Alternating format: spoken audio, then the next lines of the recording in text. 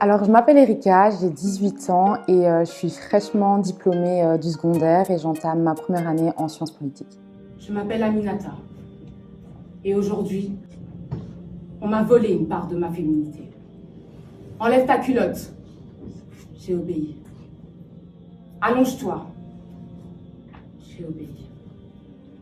Écarte tes jambes. J'ai obéi. Ne bouge plus. Vous l'aurez deviné. J'ai tout simplement été excisée. Dernier réel, c'est un réel qui a été filmé dans le cadre d'une plaidoirie que j'ai effectuée pour un concours. Le but, c'était qu'on puisse parler d'une cause qui nous tenait à cœur et dont on pense qu'elle n'est pas assez mise en avant. Moi, j'ai décidé de parler de l'excision, un fléau qui touche plus de 200 millions de femmes dans le monde. Et je trouvais ça super important de parler de ça pour que les gens puissent être conscientisés et surtout sensibilisés par rapport à cette cause. Donc voilà, c'est dans le cadre d'un concours que j'ai gagné. Du coup, voilà.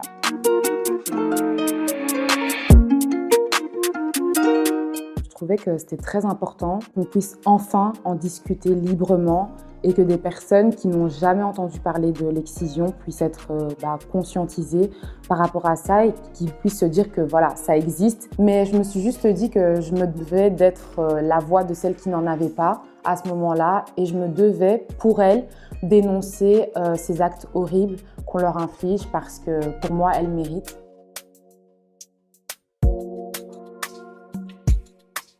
Comme je l'ai dit précédemment, c'est vraiment le fait de pouvoir représenter celles qui n'avaient pas de voix. Je voulais vraiment que chaque personne puisse ressortir de cette salle avec une image en fait de ces femmes et je devais leur rendre hommage et que les gens puissent être vraiment conscientisés, quoi.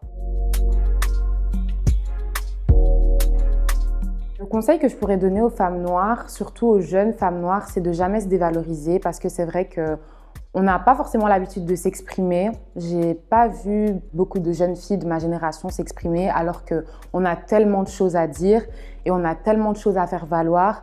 Donc pour moi, le message que je voudrais vraiment faire passer, c'est ne vous sous-estimez jamais, ne doutez jamais de votre valeur et que personne ne vous fasse douter du fait que vous êtes brillante. Parce qu'on a toutes des formes d'intelligence différentes. Il faut briller en tout cas, il faut briller peu importe où vous allez. Vous êtes des lumières et on attend juste à vous voir, quoi.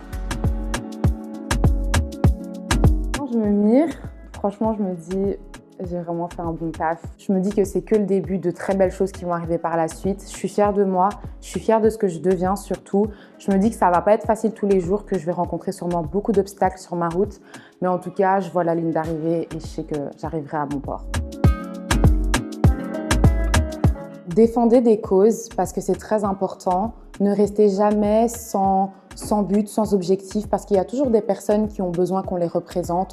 Trouvez-vous votre truc à vous et soyez fiers de vous parce que c'est très important. Il n'y a personne qui croira jamais en vous comme vous croyez en vous.